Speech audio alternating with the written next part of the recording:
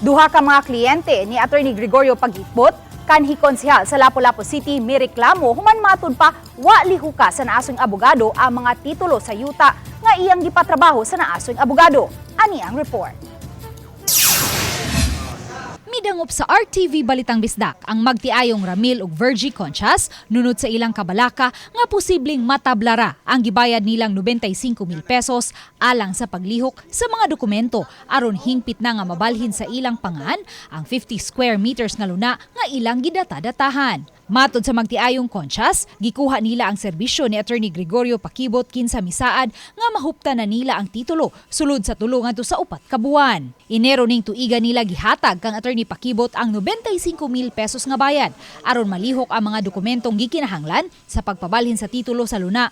Apan miabot na lang og napo ka buwan apan wa pa nila kini madawat. Nakonpermar nila kini dihang ilang gisusi ang Registry of Deeds. Mula kada pangutana, ingon dayon nga, huwat lang dong kay sunod simana na na. Sila promise ba? Ya, igaray na mo, sunod buwan. Hanto na, napuno na ko yun. Kitang pobre lagi. Ning amo ta makatitulo sa tumbay para maligal na ato na yuta nya. Inani lang ba nga kay silingan sila sa akong papa, kababata sila sa akong papa sa Baring, Ulanggo Island.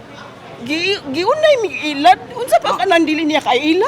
Dugang sa magtiayon, inutang pa nila ang 95,000 pesos.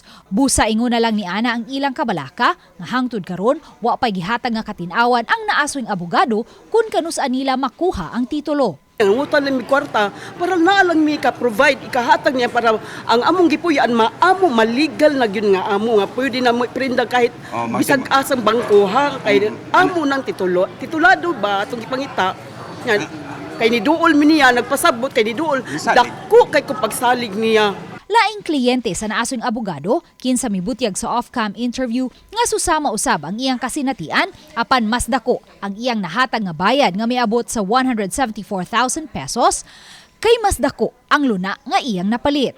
Giswayan sa RTV Balitang Bisdak pagkuha ang habig ni Attorney Pagitbot apan wa kini sa iyang law office kaganihang buntag.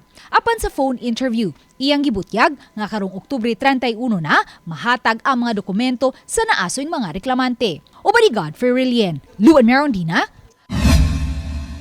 Balitang Bisdak.